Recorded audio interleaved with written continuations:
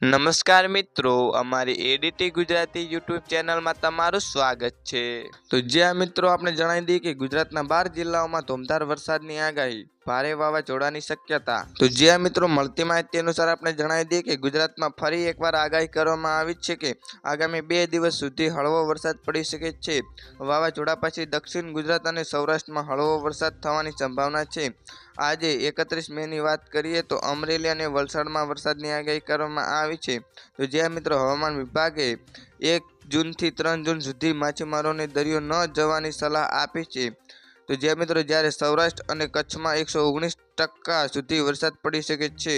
જી હા મિત્રો, આજના માટે આટલું જ। મિત્રો અમારી ચેનલમાં નવા હોય તો અમારી ચેનલને લાઇક, શેર અને સબસ્ક્રાઈબ કરી લેજો। ધન્યવાદ।